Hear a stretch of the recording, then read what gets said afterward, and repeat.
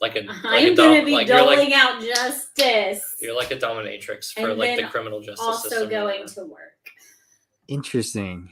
Yeah. Welcome everybody. We are live on Twitch Wednesday.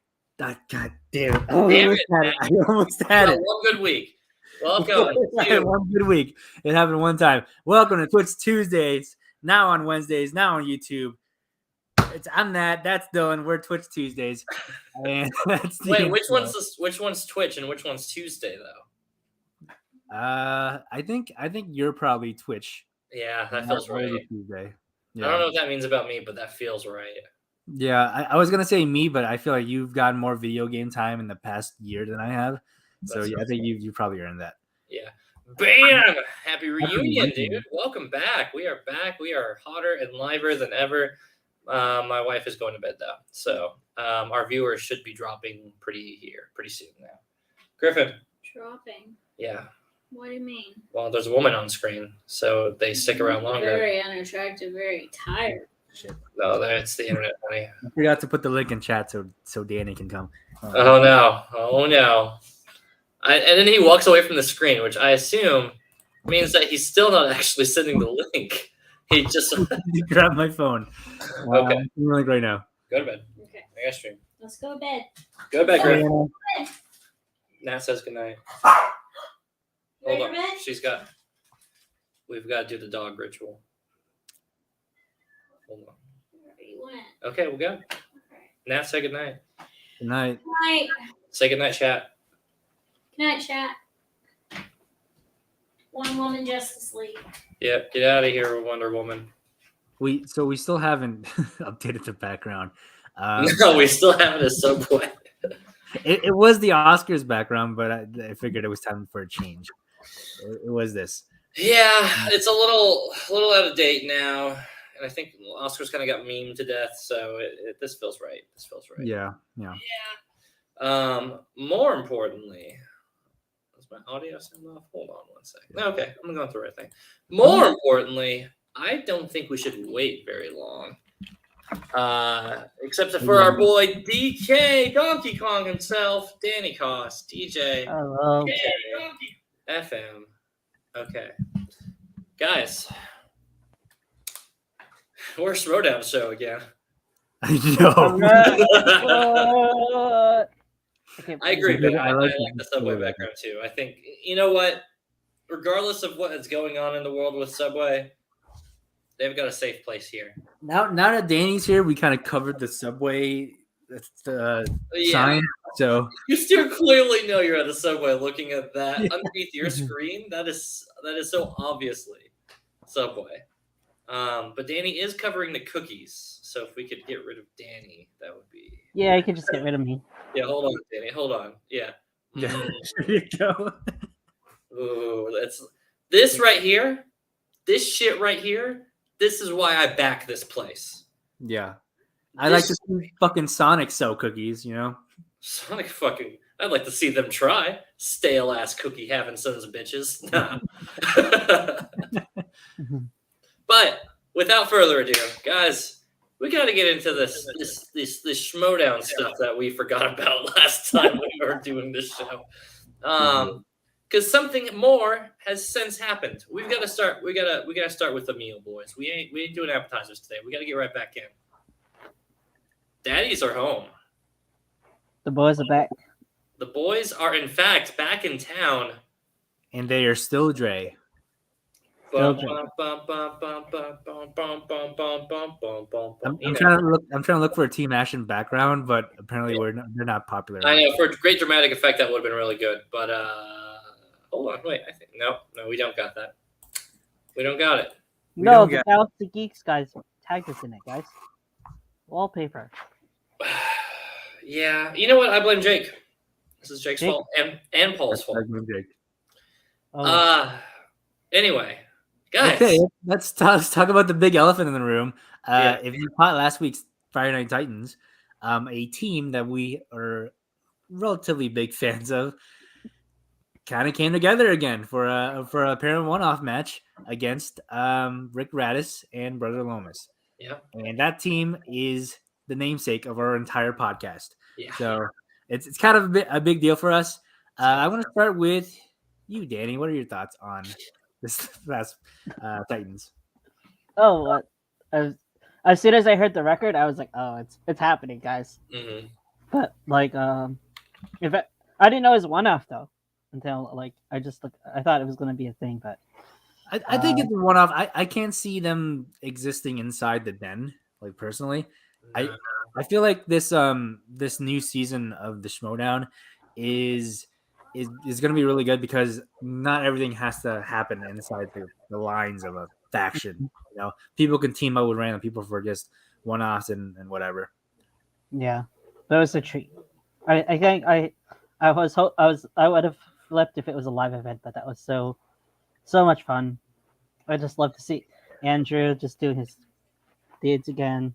Dude, I forgot how much I missed Andrew as a heel. I know. That shit is amazing. Yeah. I was laughing at the desk.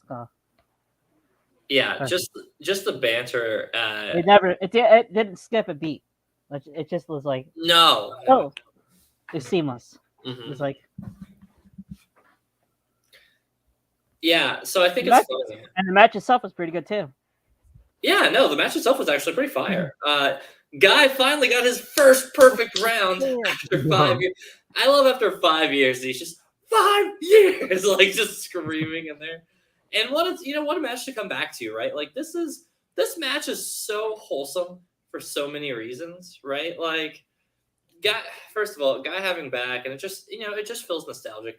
I think what's interesting though, what I'm intrigued by, I wonder how many new Schmodown fans who weren't around for the like season like 5 or whatever, whenever like they ended up breaking up, and how many new Schmodown fans we've got like picked up from like season 6 onwards, who like don't know about like Team Action, and they're like, what the fuck is this? Like, you know, I'm so intrigued and humored by like that aspect of it. But that part aside, yeah, this match was just so fun and entertaining, and I just love it. I love every bit of it. If you want the full breakdown, go check out After Action Report, of course, with Megs.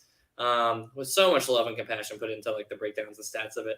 But I love that this was actually a solid match all the way through. I love that it was perfect round. It felt like the team reunited, and it had all this good karma and will because people have been wanting and that reunification. There we go. That's what I'm looking for. Mm-hmm. That reunification for so long that it just felt like everything went right. We got Tom Cruise on the wheel. We got this, and it just felt like. Dude, it felt like Team Action again. Team Action getting the action slices again, getting what they went, just being smug.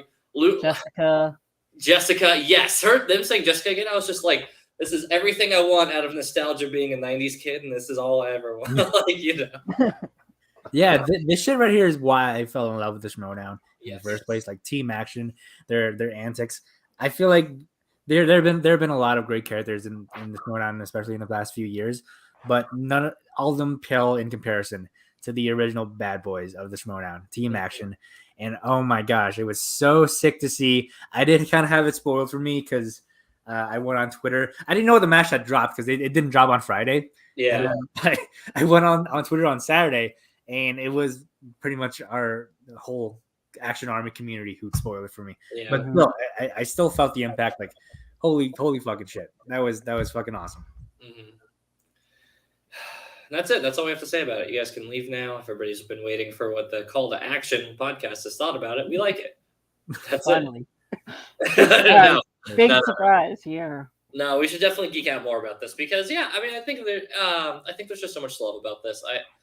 I think that the implications are there. It's got me like thinking about Schmodown again for the first time in a minute. You know, because Ghai had mentioned that he was gonna manage or be managing Ben in his after show comments, and it's just like, that's interesting because Ben literally just started being a part of Kate's den. So, and I get it, like that's part of the fun. You get to have all these roles playing either way, and it's just like maybe there's gonna be a manager war between Ghai and like Kate or something like that. Who knows? But I just, you know what? Honestly, if I'm being honest, and I know like there's a Christian Harloff some out there going out there be like, no, dream bigger. And I'm like, I'm good. Just let Team Action keep playing. I honestly don't care. Like, you could do it bigger. You could do another war thing. I'm like, no, we got them back. So now let's get them to fight the Patriots. so I can be right about this long ongoing theory that this season is just gratification season all season long. I can't see what happens. Yeah, Ghai and Kate. Hoping Ghai's an advisor to Kate. Yeah, I think that'd be super cool, right? Like having him do like what Grace did for like that first season Kate was manager, season 7. Yeah, I'm gonna disagree with that. I don't want Guy to be an advisor to Kate. I feel like since 2017 we have been clamoring for an action faction, and Yep. I would love nothing more than for Ben Bateman to turn on Kate Mulligan like at just a few months into her faction. I think that would be so sick. I think Andrew Guy would make a fantastic manager, especially one who can actually compete as well. Yeah. So that's what I want to see. I want to see an action faction. I want to see Ben Bateman turn on the Den. I know he just got there, but that's what bad guys do. Right. They turn on their friends. Who else would be in our action faction? I think you steal Brandon Hanna. Like, Let Brandon Hanna go back to the briefcase carrying Hanna. yeah, I like Loki. Honestly, okay, so here's the let's play the action faction attacks the Schmodown universe, right? So action faction comes in, they betray with Kate, and they're like, okay, it's Guy managing Ben. Who do we get next? And then it's the play up, right? And then like all it takes is like one match loss from like Liz and Brandon Hanna, and then you just see like Hanna rip off the mask and then like rips down and gets a suitcase, and he's just like wearing a suit underneath. I don't know, like it would be something ridiculous, of course. They bring in Hanna. But who else does go in this faction, right? Hanna has a clear attachment, but honestly, I'm low-key, I kind of don't want that to happen to Hanna because I really like the corniness of him as being the Hornet. I'm like really vibing with the cheese of it all. I think he's more happy doing this anyway. I just don't buy it. I don't buy this new brand Hanna at all. I feel like he's playing a bad guy, playing a good guy. Like, You know what actually I would love? Of course I would love this. But I think because there's just a smidge of a rivalry between Zipper and Hanna, if Zipper had to come out as a full out like action heel, right? Not just like as like the whiny like everybody hates him heel that like he got played the last time. What if he came out as like a true douche, which I don't think he would do. I think he would object to it because I don't think that's just his character. But I think it'd be so funny for him to. I honestly, it just goes into the ongoing commentary that I think Brandon Hanna feels like a Zipper a little on paper right now with the Hornet character. I don't know. I want to think about this a little bit more though. Danny, do you got any people that come to mind for the action faction? I want to see Clark Wolf come back. Clark would be great, but it'd be so weird to see her in that faction. I want to see Jessica, of course. Yeah, they just Jessica outright just leaves. She just is like, I'm no longer being an interviewer, and just becomes pure Jessica. yeah. She becomes the Grace Hancock of the action faction. Yes, but useful. What happened? Shots fired at Grace. What the fuck was that? Damn, who knew Danny had beef with Grace? We're a pro. Kevin. I want to see Kevin Smets just. Yeah. Oh, speaking of Kevin Smets, happy birthday to Kevin Smets. Happy birthday! to Happy Kevin. birthday! Yeah, I saw that. That's The why. best of us. God bless. I love that man so much. And Smitty. not watching. And we also need Smitty too. Where is Smitty? But Smitty can be in the action faction. What if we actually just get? I got it. I think I got it.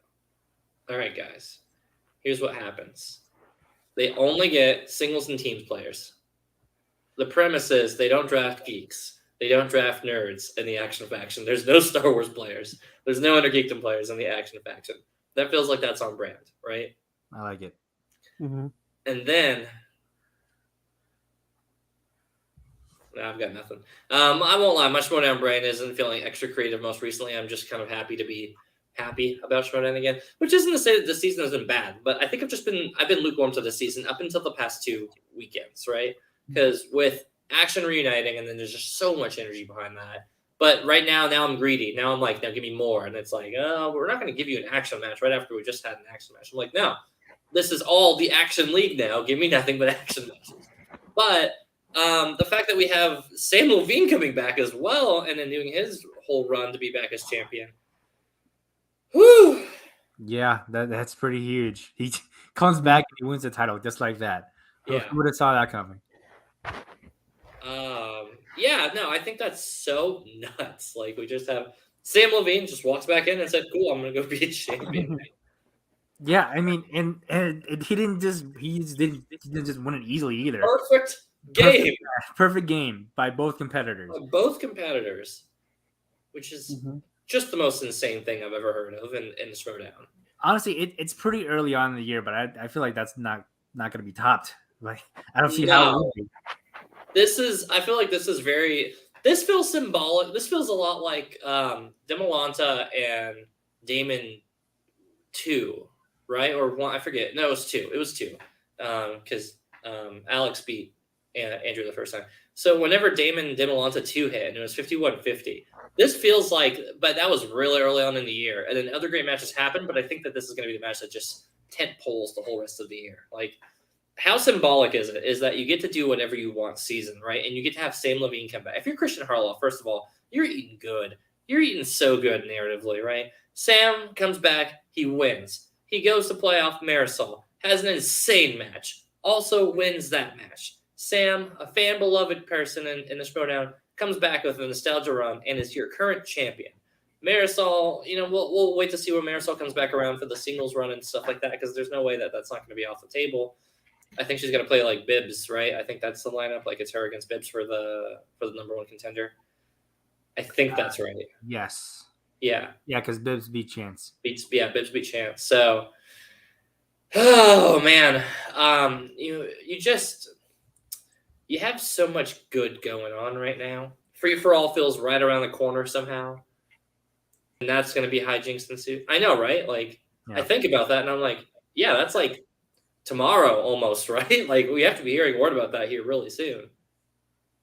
Yeah, I mean, it's coming up faster than I thought it would. Like, I don't. Do we have a specific date for that already? No, we still don't have a specific date, but it's usually right around. Honestly, it's usually around this time within the next couple of weeks. But because we started late this season, I wonder if it's not going to be like early to mid-May, which would be really weird because that pushes us so close to Collision season that it would be like, where are these pay-per-views falling? Knowing that they're all going to be studio based and none of them are really going to be live until Spectacular, which that's like a whole thing. And then we still have the looming threat of Paulo Yama having his shot. Will has his, yeah. Is there like an expiration date? Because I think it's like it's supposed to be 1 calendar year. Until the next free for all. I think. So Yama, where's your shit, dude? Like, do you think that's part of why free for all? We haven't heard anything from free for all? Is because that storyline is obviously so important, and you can't just leave Oyama. Yeah. Like, yeah, I think so. I think that probably has a lot to do with it. I'm not like behind the scenes or anything, so I don't know. Like, I'd have to ask every other member of our podcast that's not on this like on screen right now. No, literally. People here is not gonna know. Yeah. You know what gets me the most though? What's that? Is that we've been betrayed. We've been bamboozled. We've been ruined, and our money has been spared. Because Roxy Stryer drafted a Caucasian man into her all-Asian faction. I guess I'm not donating money to World Girls. Like, that's unfortunate. And it wasn't Jeff Snyder, who we've said is an okay. He's a pass. He's got the Asian pass after being on AAA. It was Nick Harley. Nick, the motorcycle Harley, or whatever his moniker is. I didn't know who he was. I was like, who's this guy? What is his moniker? Because like in the FCL, he was the spoiler, and then he got. I like to believe that he's the tickler in this season. I don't know. Was he or was he the spoiler in the Schmodown? Honestly, don't know. He wasn't the spoiler in the Schmodown. Mm-hmm. He was Slick Nick Harley. Slick Nick. Slick Nick, yeah. Ain't nothing slicker than a white dude hanging out with a bunch of Asian guys. Am I right, guy? Somebody takes a screenshot, clips that, and they're like, Dylan, what do you think you are? Anyway, no, yeah, I'm furious. Talk about fucking stinky sour milk in my bowl of cereal. I didn't smell it. I poured it in. I took a bite. Looked good. And guess what? Fucking sour. That's what Nick Harley in this all-Asian faction is to me. Get out of this faction. Roxy, you fool. You betrayed yourself. Why? Why would you do that? You have an IQ of 10,000 so far. And listen, I'm not this isn't me disliking Nick Harley. Let me make it clear. I think Nick Harley's fun. I think I'm very curious to see his true potential in Schmodown because I think we got to see a really good team with him and Jacoby. But how fucking dare you? How dare you get into our faction? Yeah, it's a damn shame. But I will say that as the only person who watches the FCL in this group of people, I really like Nick Harley as a heel, and I was super disappointed when he entered the Schmodown and he had that change of character. I think that him being a heel is the best thing for his character. Like this is a no brainer for me. He needs to be that spoiler. But that said, yeah, I'm with you. Like, what the hell, Roxy? We had our Jewish Asian alliance all set, and then you had to ruin it. We had beautiful numbers together, Roxy. We had literally the sexiest numbers. Yeah. We had calculus, we had accounting, all coming together in this alliance, and you fucked it up with Nick Harley. You done fucked up. Nick Harley came in riding that motorcycle, ran right over my dreams of an all Asian faction. I thought Roxy was going to be the one. He evil Knieveled over my broken heart. He did. It was like you see Thanos get 2 Infinity Stones in the gauntlet, and then he said, "Fuck the gauntlet," and then he threw it away. And then now that whole Marvel series sucks because we just kill Thanos, and he never gets to do the snap.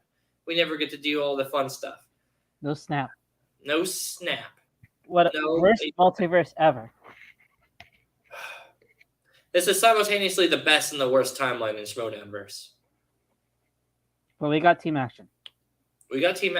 That's the trade-off, right? At what cost? At what cost, right? It's the monkey paw, man. We said we want team action back, and it said okay.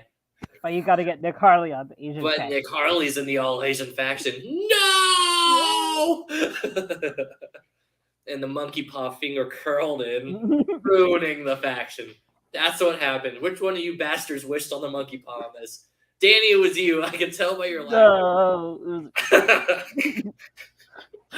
Also, what was that sound you just? It's like the lead up to Malcolm and Jurassic Park. Alan. Yeah. Yeah, it's oh my gosh. We could have there was so much potential behind that alliance. I would bought merchandise, I would have bought shirts. I would have spent so much money on that. If the rock stars had like all right, it's like red letters in the middle of a white flag, and it like puts it into a circle, like the rock stars looks like the Japanese flag or something. Which would be totally inappropriate considering you can't do that. No, you can't do that. No, you can't. That's too much. Is that too far?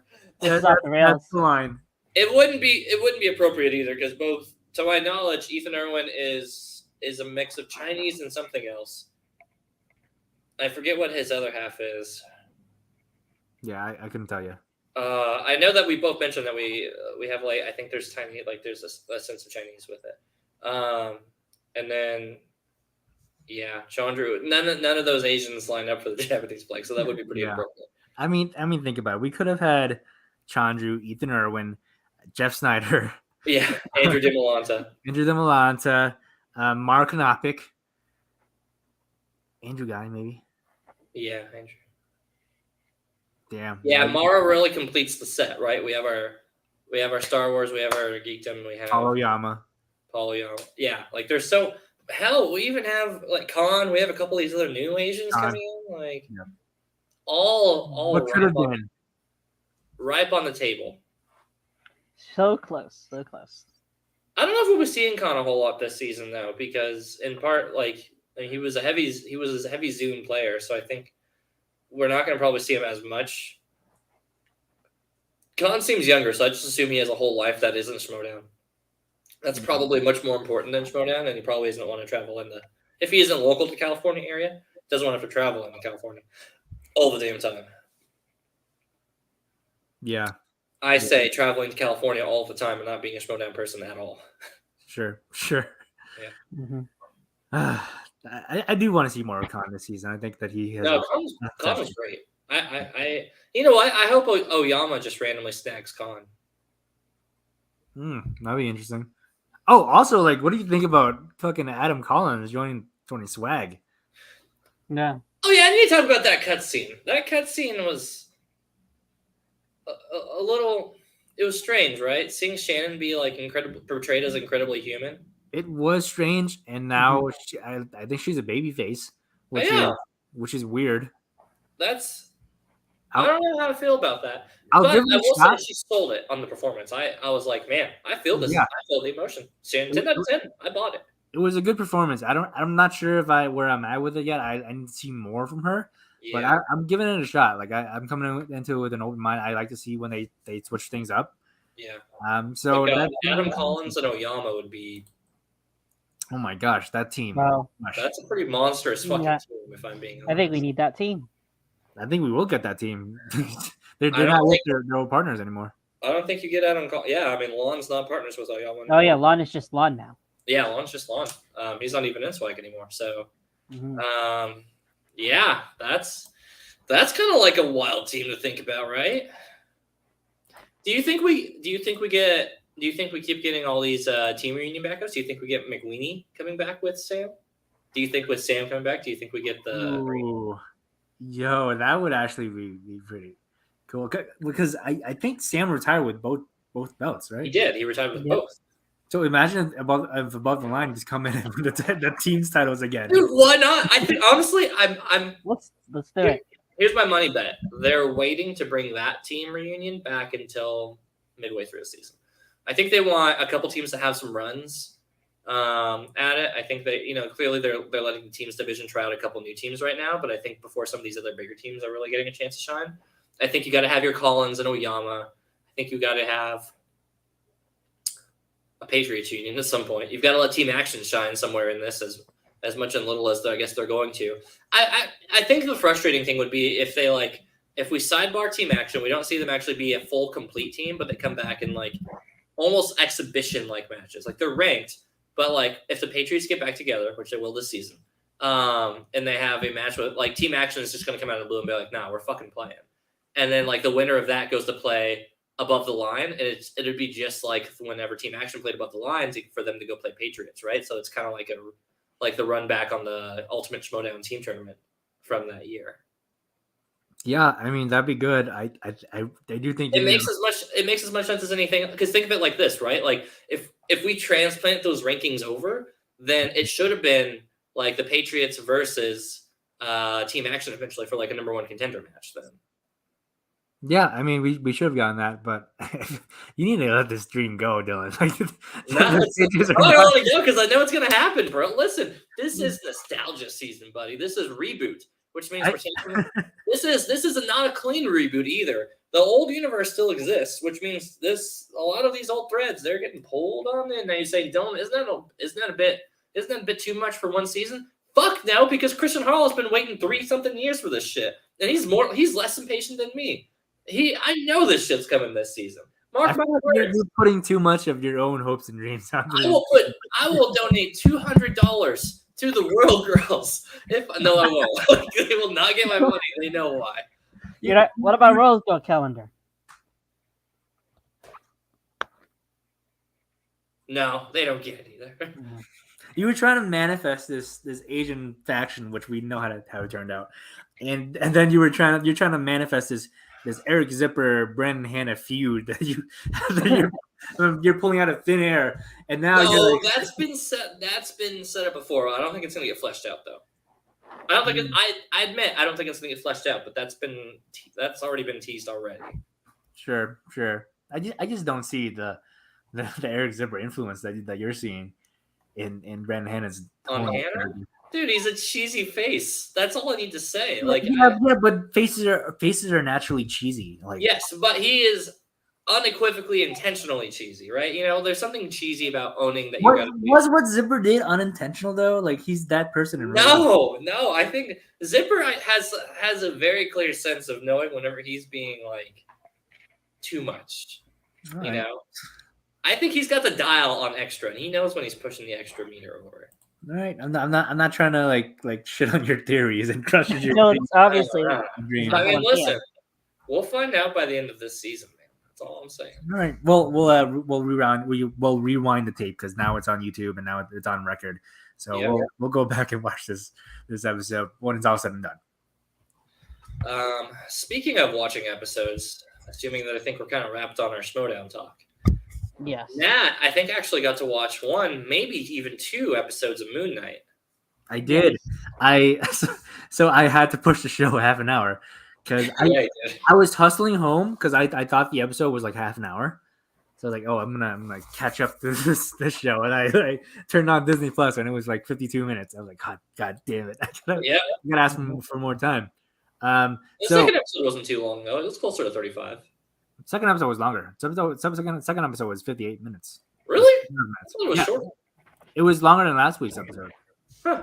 Went right by. Last week's episode was like 36 minutes. Okay, that makes sense, I guess. All right, so we're not gonna talk spoilers yet, but we will. I feel like I need to change what I said last week about Moon Knight. That you don't know anything about Moon Knight? No, like where we ranked it. Oh, how you feeling after the second episode, Danny? Are you putting it higher? Or are you putting it lower? Higher. Higher. Ooh, what tier? Because it was like what, top of C tier last we left it, right? Mm-hmm. So does it? All right, so it's a B tier now. B tier. Okay, so it's climbing up. It's climbing up. All right, without getting into the spoilers, what do you like about this episode? What's winning you on this episode so far? What are we talking about? Both episodes so far? Yeah, we can talk about both, but I guess it's not on spoilers, so yeah, no spoilers. No, just in general, like how we feel after the 2 episodes. Yeah. Just general how we feel, like what we're liking, and broad strokes about it, right? I think that was the best entry to a first MCU show, like first episode, and I think it helped me a lot because like I didn't know anything about Moon Knight, the character, but it really got me like interested. It kind of put it into a, because the first episode was kind of just was like a quick like it put you right into the person like of Steven. Right. Yeah, like if this was a Batman show, this leaped right into Bruce Wayne, right? Like it didn't bother trying to pat around the character. It was just like it was naturally just like, here you go. This is what it is. This is what you're up for, and it just felt very different from any other. I know we say that every single MCO show, how everything feels different, but yeah, this really did feel like a different kind of experience. Yeah, after the first episode, I thought was pretty good. The pacing I felt was a little touch and go, but I get your building suspense, like it's a build episode. God damn, I can't get my camera to not be blurry. But then the second episode, we're kicking right into the action. We're getting right into the plot, and I'm having fun with it. I'm enjoying it so far. I'm having a hard time with the Pharaoh Hounds, though. The Jackals. I'm having a hard time with them. They are bad CG for Marvel. Yeah. Yeah, I agree. There's a lot of bad CG in this entire show. And that's pretty much my only negative thing I have to say about it, or at least the biggest negative thing. I really like this a lot. My expectations. Hey, Brian Fernandez, what's up? Brian's here. Hey, Brian. Long time no see. Dude, glad to see you, Brian. Come kick it with us. We're talking Moon Knight. We're about to get deep. We're getting to the deets here in a second, but we're talking. Yeah, we were talking Team Action earlier, but now we're talking Moon Knight. Yeah. If you tuned in for all that Team Action talk, sorry, you got to rewind the video whenever. Rewind. Yeah. Yeah. I mean, my expectations were pretty lower coming in. Like, no one said it was terrible or anything, but I feel like people's reactions were kind of mixed, including yours, Dylan. Which I was like, okay, so I know not to expect too much from this show, and I'm so glad I went into with that mindset because I didn't watch the first episode until like the weekend. Like I wasn't like clamoring to watch or anything. But I am a fan of the characters. I'm not like a super expert or anything, so I think that also helped with a lot of aspects of the show. Not enough moons. This most recent episode had so many moons. This is like 3 or 4 moonshots. I misread that. I thought it said not enough moans so far. I was like, That's what I saw that too. Actually, yeah. So anyway, the show was way better than I thought it'd be. I think Oscar Isaac is phenomenal Yes. when he's playing the. This is slight spoilers, but not really. When he's playing the two personalities, it's like they're two complete different people, and that takes talent to do. And I also think Ethan Hawke is such an interesting antagonist because he's so cold blooded, but he's also very charismatic, and I think that's what you have to have in a cult leader. So I think he nails that to a T. Yeah, I mean, I really like it a lot. I like the second episode even more than the first episode, so I'm excited to see where it goes. Yeah, I mean, I think that you're dead on it. Like the performance, like these episodes are definitely very much carried by Ethan Hawke and Oscar Isaac. And Oscar Isaac, I'm so glad is not phoning it in on this one, right? Like it feels like he's putting in the work behind it. Yeah. And same thing with Ethan Hawke. There has to be another personality who asked out his. Yeah, that's true. And I think that's. I didn't think about that. Yeah, that's a good point. We're gonna get into more of it when we're talking about spoilers. But yeah, that's a really good point. But yeah, overall, it's fun. I'm still not like totally hooked yet, right? Like it's fun and it's enjoyable, but I'm not like totally over the top hooked yet. Like it's been fine to good, but it hasn't hit a great stride for me just yet. But I'll admit that with Oscar Isaac and Ethan Hawke, that they are both putting in enough work to carry this whole franchise on its back if they need to. I'm hoping the rest of the season gets better. I haven't gotten into it yet. Yeah, Brian, I'm on board. Like I'm gonna watch it because I'm a shill and also I need something to talk about on this show every single week also. But the other part of it is I'm a follower of seeing where these things go, right? And I think Egyptian lore and stuff like that. Listen, I was a Yu-Gi-Oh kid growing up, so I'm ready to see fucking the winged dragon of Ra come in and start burning stuff down and all of its terrible CG glory that I imagine that they're gonna do. Yeah, that CG budget needs to get bumped, guys. This is not cutting it. This ain't cutting it for Marvel TV. But I do want to get to some spoilers. So are we ready to peel that tag back? Yeah, let me just edit this real quick. Midnight spoilers. Boom. Okay. Snape kills Dumbledore. And I haven't seen Harry Potter yet, Dylan. Come on. No, I'm never gonna watch those movies. No, yes, you are. But no, Dumbledore's alive. I'm just kidding. You see him in Fantastic Beasts. So that's a prequel. Even I know that. Come on. I can't wait to watch that third prequel. By the way, I heard it's better than the first one. I've heard it's better than the second one, and probably as good as the first one. That's not a high bar. The second one's I didn't see the second. I skipped the second one. The second one sucks. That's a good call. But Moon Knight spoilers. So there's something really, really fun about seeing Ethan Hawke's character just be like, oh, he's saying this again, isn't he? Like him doing the meta commentary with like the voices in the head. He's like, oh, he's saying to kill me right now, is he?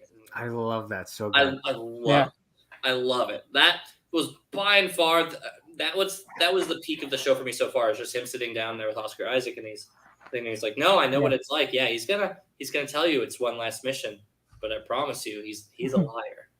So, and like just like the knowledge and just the security and like the flow of the conversation. Ethan Hawke's an underrated actor. IMO. That probably is like not true. I think he's probably very appropriately. I'm pretty sure he's probably won an Oscar or two. But Ethan Hawke, man, I think he's perfectly cast in his role because he kind of loses himself into the role of the cult leader. Like I don't even see Ethan Hawke anymore. I just see the character, and I think that it's so brilliant to have his origin story be the person who used to be the vessel for Khonshu, and that's why he is the way he is, and because of that he knows Khonshu and he knows what he's telling Oscar Isaac's character. Like I think that's so brilliant. I think the show had one of the best opening scenes of any Marvel show, where it's so unnerving the way he breaks the glass and puts it in his shoe, and then you can hear the glass as he steps throughout the entire show. Like that is such good writing. That is such good character development. Like you know something's really off of this about this guy just from that scene alone. Right. And Ethan Hawke sells it, man. Like he's Mhm. him and Oscar Isaac are just phenomenal. Mhm. Yep. Yeah, I think for me the biggest thing that I want to see on the show is this. Yes, they're dynamic, and both of them are doing so much work. But I want to see something more out of the rest of the cast. And I know right now the only real main character right now is the wife. Yeah, who just gets Layla. introduced in episode 2. Layla. Right. Mhm. And she's really the only other character that we get to really riff with so far. Everybody else has kind of been like nameless minion A, B, C, D, F through J or whatever, and then like the poor CG jackals that just get whooped on every time. Although they are saving a lot of money because they half of the scenes they don't have to have it there. It's just Yeah. Oscar Isaac fighting the air. That's true. But I need to see. I don't know. I need to see the bigger picture right now, and I get it. Like they're trying to do this big world-ending like pseudo event with like the Egyptian gods and stuff like that. But I think there's so much more ripeness, and I'm hoping that this is the direction it starts to go in. Like yes, to Will's point, there has to be another personality in there. So I think that could be more fun to watch Oscar Isaac play with. So in a way, it's like yes, objectively we only have 2 or 3 main people in this show, but there's like 7 characters considering Oscar Isaac's playing 3 to maybe more by the time it's going to be all said and done. Well, there are quite a few personalities in the comic book, so I feel right. like I know that much about it, so I'm intrigued to see how far they like push it and take it in this one. This is going to start feeling like Split in a lot of ways, and I mean that in a good way, where we're going to have like, again, just a one-man army show with Oscar Isaac, and I'm totally fine with that. Oscar Isaac is fucking amazing. I love that at the end of season of episode 2, when Steven gets relegated back to the background, he can still be in the reflection and interact with Mark Spector. Like I was worried that we weren't gonna get that, but like it's so good watching him act against himself. It's just brilliant. And I think Will brought up a really good point about I didn't even think about because I literally just watched the episode before it went live. That it has to be another personality because like Mark Spector wouldn't ask out his coworker. That doesn't make any sense. So it has to be like, And also, this poor man ate steak for the first time. He had it well done too. Well done steak. And ever since then, this man has been real. That was literally the saddest scene. That broke my heart. He's like steak time. He was so happy. The waiter too. And the waiter was just like, I'm just gonna mess with him. I'm just gonna get you a well done steak. Oh, that makes me so sad because it's like the finest steak, but well done, and that just ruins it. Ugh. It makes me so sad. What an animal! That's the biggest tragedy of all of the. That waiter should be judged. I hope they come back for him. He's gonna go red. Oh, yeah. Ethan Hawke's gonna judge him and he's bad. That's the one sin he has on his list. Otherwise, he's a total humanitarian. But it's enough. Mm-hmm. You intentionally served a man a well done steak, knowing damn well that is not a very good steak. Although, speaking of which, I really like that aspect of Ethan Hawke's character, where that's a legitimately philosophical debate. Like, is someone truly innocent? Like, would you kill a child if it means because that child's going to grow up to be evil? Like, would you kill Hitler as a baby? Right? Like the old classic concept with it. No, I love that. I love that philosophical debate, and I love that it's like. Cool, we're making that the plot line to work with. Like this is the good one. In episode 2. Mm-hmm. Like an evil thought, does that count? Yeah. How many episodes is supposed to be in Moon Knight? It's supposed to be 6 episodes. It is supposed to be. It doesn't say in Wikipedia. 6 episodes. Yeah, 6 episodes. Okay, good. If it said like anything more than 6, I'd be kind of concerned. Honestly, this feels like a show with what they've put on the plot already from episode 2 onwards. That should only be about 4 more episodes. I think 6 is the sweet spot. I would have actually loved if it was 8 because I think that's an even sweeter spot. I think for what they're showing right now, like what the arc they're building to, and they're showing it within this mini seasons, I feel like the pacing is good, but they can't pace it any faster, and they could not pace it any slower. Like it's good, but it's in this range that it's very delicate for me. Where I feel like if this was paced slower, I'd be very bored with the show. If it's paced any faster, it's going to feel rushed. I do think 6 episodes is the right move to go. I think it's better to want more than to want less. Yes. And we're obviously going to get Oscar Isaac's character in Moon Knight in some other MCU property. So that was my only concern. Like I love this character or characters, and I would love to see them more. And God, could you imagine him just because we haven't had any mention of the MCU as a whole in this show too much. I don't believe like there hasn't been any mention. So I'm very curious to see where they're gonna tie in his character with the other characters. I think maybe the what's it called, the Blades team, and Black Knight and Moon Knight. I think that would be Oh, Midnight. Was that Yeah. Midnight Sun. Yeah, Can we get what's it called? Ghost Rider. Can we Ghost get Rider. Honestly, if they did a good Ghost Rider story, I'd love it. But low key, they did do a good Ghost Rider story. It's Yeah. an Agents of Shield. Agents of Shield. and I Yeah. ain't watching it, guys. I watched like 17 episodes of that show, and I said, "This just sucks." I was mostly watching it for Chloe Bennett at a certain point, and I'm like, yeah, even she can't carry me. Me too. The second episode was fire. Loved her. Says That- Brian. That ass.jpg. Yeah. Yeah, you stick around for Chloe Bennett, but after a while, I'm like, Do you think they're gonna have Chloe Bennett's character in? absolutely not. She needs to get drafted back into that terrible CW Powerpuff Girls show is what she needs to do. No, I think she made the right move and just And got the fuck out of there. fuck out. If she read the same script we did, yeah, smart girl. Poor dating habits, but smart girl. Yeah, At least very for her. very poor dating habits. Oof. There's a show for Ghost Rider. Yeah, Brian, you got to watch the last season of Agents of S.H.I.E.L.D. It wasn't the last season because I watched it and then watched the season after that, and Oh. that's when I stopped. Okay, so there's like two seasons ago or something like that. Yeah, but I heard nothing but good things about that Ghost Rider. And you know what? But it wasn't the Johnny Blaze one. It wasn't Johnny Blaze, it was, No, it was it was- Robbie Reyes. Robbie Yeah, Reyes. and that was better. Much better. It's not canon. They replaced the Darkhold in WandaVision. That's true. So Is it not canon? I don't think that they've officially counted it as I canon. mean, it's on Disney Plus. It is, but So, all right. It's It's canon in canon. the same way Morbius is canon in that. no, don't bring Morbius into this. I'm gonna have your quick Morbius review here in a second. I don't know what you're going. Oh, Right. you know what's really funny and messed up though? I love how every time, like when Mark and Steven switched, like Mark would go back and like chain him back, replace his fish, put the Yeah. fish over. Mark cleans up the house in its own way. It was like it was definitely like a meet the parents moment when they had to replace the Yeah. yeah. I was He laughing was doing it to keep Steven from finding out about.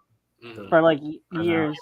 I don't know how long it could have been, how many years he's been Moon Knight, but that was hilarious. Although, do you think that there's someone on the other line when he's leaving messages to his mom, Nah. or is it just to? So I have a theory that that Mark is doing it to keep track of what happens with with Steven. I think he's just like doing that to keep track. Yeah. That's Now, Ben, here's our really quick non-spoiler review of Morbius. I haven't watched it. It looks like trash, and it probably is. Danny, have you watched it? nah. I What's went your- right to the spoiler breakdown. thoughts? You think it's garbage? Oh, you're asking me? No, I was asking Danny. I'm like, you think it's bad though, Uh, right? Oh yeah. Yeah. Okay. Now, Like, I mean, any director that spoils the movie before the movie comes out, I mean, yeah. that's pretty sad. That was not worth watching. Now, Nat had already did a review with Kelsey already. So if you want full thoughts, go check that out. Check out the panelists now on wherever you get your podcasts on Spotify, Apple, all those. Yeah. But Nat, in 10 words or less, tell us how you felt about Morbius. Spoilers included, I guess. Okay, let's Morbius spoilers. Morbius spoilers. Although they don't really matter. Well, actually, yeah, they do matter, and that's why I'm pissed at this movie, because there are implications for the MCU. Oh no, you're Oh gosh. Yeah, I What mean did they the do? director spoiled it, so you know, Danny. But Yeah. so this movie fucking sucked. It was absolute garbage. Like it wasn't as bad as I thought it would be going in because I heard everyone shitting on it, and I went into it with absolutely. Did you go in with the Venom expectation that this is going to be so bad that you're going to actually turn out to enjoy it a little bit? No.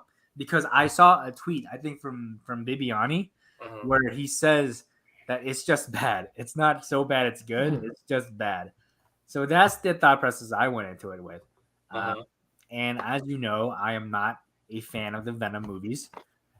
I think this falls smack dab in the middle of Venom 1 and Venom 2. And I fucking hate Venom 2. Like, I can't stand Venom 2. But the thing about Morbius, I'm not. You guys should go check out me and Kelsey's review. But basically, I think that so the first half of the movie was very much mediocre. Like, it wasn't offensively bad. And I was watching it and I was like, oh, you know what? This isn't that bad. Like, this is not good, but it's not offending me. But then the second half happens, and then you're like, holy fucking shit! I hate this movie so goddamn much. It's just awful. And I will give away the post-credit scene now. So if you haven't seen it and you want to watch it for whatever reason, then turn away for a second. But basically, a rift opens up in the sky, and Michael Keaton's Vulture pops up in a jail cell, and he checks himself. He can't believe he changed or something. He looks in a mirror because prisons have mirrors, and he's like, I hope the food in this joint's better. That's his first thought. Not about him being separated from his family, which was his entire motivation in Spider-Man Homecoming. And the implications of this, where apparently the rift in No Way Home means that certain people, specifically Vulture, got transported into other realities, is just, that's not how it works. That's not how the spell worked. But one of my favorite MCU villains is now in the Sony universe. So that sucks. And also, like, the scenes from you see in the trailer where Michael Keaton's in the trailer, they're not in the movie. They changed it. Like, this entire movie, the first trailer for this movie was out before No Way Home even began production. Yeah. So they had to go back and retcon a bunch of stuff and change it so it ties in with No Way Home. And that's what happened. Wait, why does Vulture hate Spider-Man? He doesn't know Spider-Man. He just but then by the second part, he's like, let's start a team because we hate Spider-Man for some reason. Yeah, it doesn't make sense. I was like, our movie. I was like, I'm glad I didn't pay money to see this movie. I technically didn't either because I have AMC A-list, which means I see a lot of crap. Yep. I hate it. I haven't watched it. I won't watch it. I won't watch reviews about it. I hate it. I hate it so bad. Yeah. If you're watching this, you should listen to mine and Kelsey review though, because we have different opinions. How did Kelsey take on it? I was meaning to go watch review, but I want your quick spark note before I go check it out. You're gonna have to listen to the review. I won't. So I'll tell you after we go off air. I'll just ask her. I'll just be like, Kelsey, what'd you think about Morbius? It's not what you think she'd feel like. I don't think she loved it, but I think she liked it a lot more than most people though. That's a good guess. I'll probably end up watching it when it comes out on VOD. He says, "Ban." Ben, you gotta listen to the panelist. With me and Kelsey. Ben, go listen to the panelist. Go check out Kelsey's channel. She's pretty cool. Yeah, she's pretty rad. And that's been our Morbius talk. That's the mood. I never want to talk about this movie ever again. You sure? Yeah, I'm sure. All right, so let's talk about Elden Ring and why it's the best game ever made. So I haven't played too much Elden Ring since we last talked. Neither have I. I let a friend borrow it. Okay, so I'm gonna hold on. I gotta tell the story real quick, Matt. So yeah, tell us the story. I let a friend borrow it, who is also not a Soulsborne guy, right? He tried Sekiro, and then stopped playing it almost immediately after getting it, right? Mm-hmm. So he's like, "Hey, can I borrow Elden Ring?" And I just beaten it, and I'm already kind of going for like the next second run, and I'm like, "I'll take a break to play Horizon for a little bit." Sure. I'm like, "Yeah, you go ahead and borrow it." So he's in the group, like he's part of the FN podcast. You can catch us at FN podcast on YouTube. If you're on YouTube, type in FN space podcast. That's where you catch me do moving reviews with this guy Price and my buddy Nathan. We have a Mason on the show too. That's why I get tongue twisted. My buddy Nathan is a Soulsborne guy too, which means that he's a big fan of the people who put out the game Elden Ring. And hello, Star Drew. Star Drew, how you doing, man? Also, shout out to you for watching on Twitch. Yes, thank you for watching on Twitch. We need somebody over on Twitch. We got 4 people watching on Twitch. That's crazy. Yeah. So Price comes in, sitting here and saying about Elden Ring. Just got the tutorial for Elden Ring. I used a key to a mini dungeon thing to go fight a bunch of spiky chariot horses that you can't kill. Tried it for 3 hours and finally got through to the slug boss at the end of it that 2-shots me. Why should I not quit this game? Oh Also, Wall Street Belford in the house, everybody. Fuck, I thought you were dead, Belford. Belford, you son of a bitch. Action brought you back. Welcome. He goes on to say, I left the boss area to go 50 yards up a hill, got killed by a fucking thing on a horse, and I had to go back to the spawn. Fuck this game. And me and my friends are just laughing. So we're going to do a whole series where we make him play Elden Ring, and he keeps dying miserably to it, and we just laugh at it. It's going to be a good time. Yeah, legit. I have so many moments where I'm like, fuck this game. I'm not playing anymore. And I shut it off. Then I can't stop thinking about it, man. It's but so the dopamine high when you finally beat the thing that's been beating your ass for so long. Yeah. Oh my gosh, the mad tongue guy from the round hole table room. Yeah. I finally figured out how to beat him, and it was so fucking satisfying. Yeah, dude. So satisfying. Yeah. That's what you're there for. That's how it starts. You're not there for the challenge. You're there for the highs.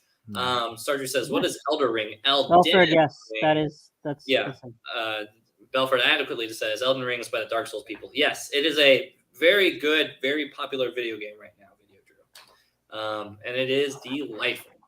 Maybe I gotta change. Maybe the best game ever. Belford's probably gonna say something like, I don't know, Mario's my favorite game or some shit like that. But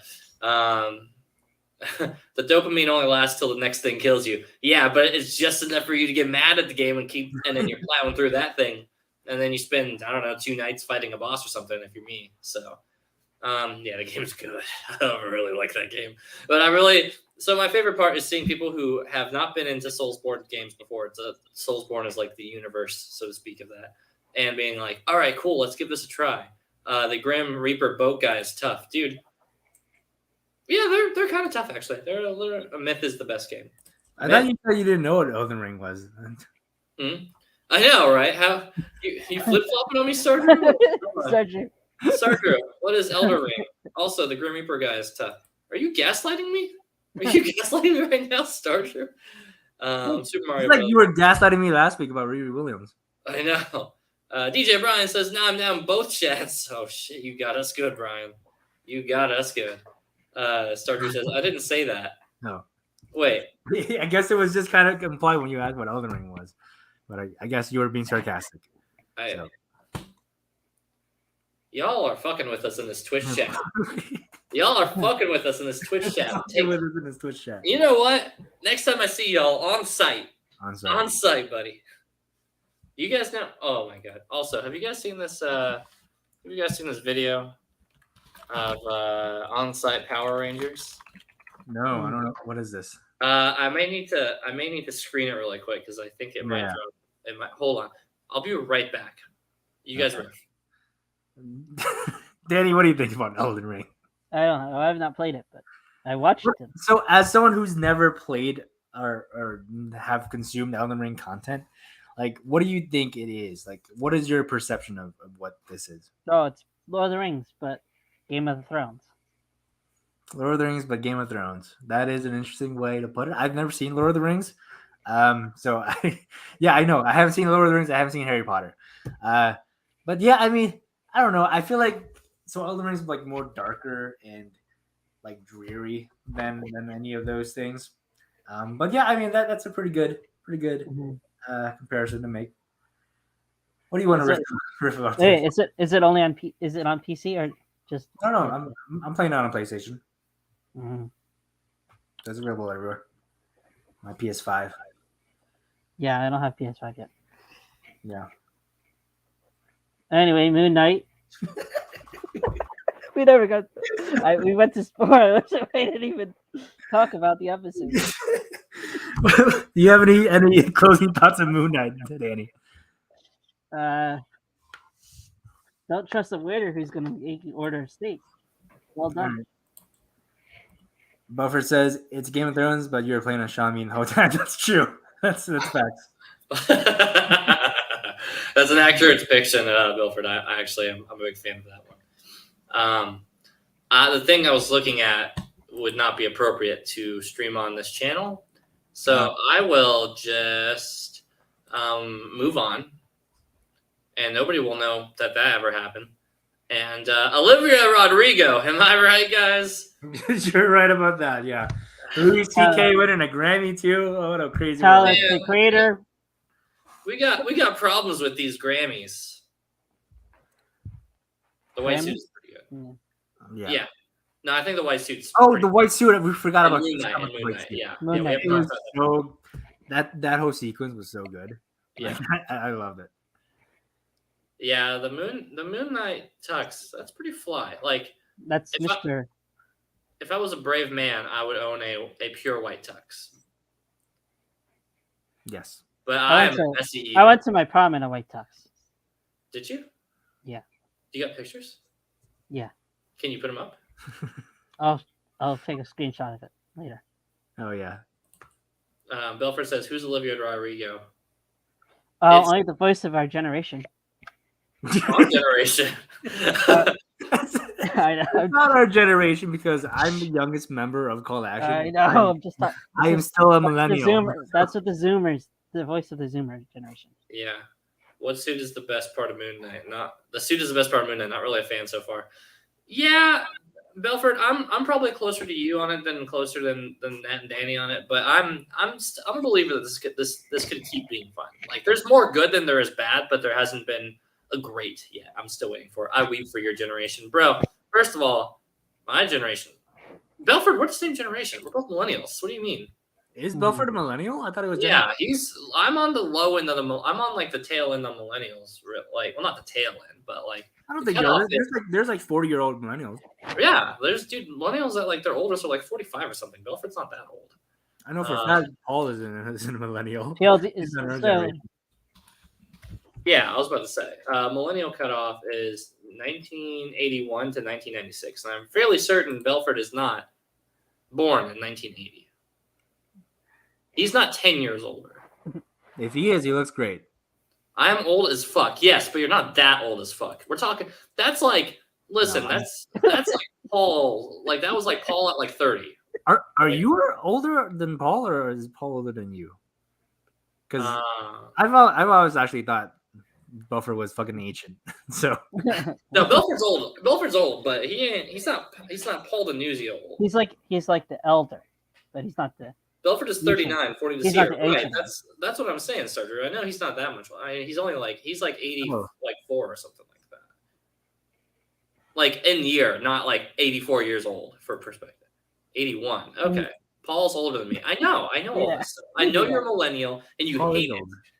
it. You hate being in the cutoff of millennials. Where does Jake fall into or your old people? Jake's younger. Jake's like 35, 36 or something.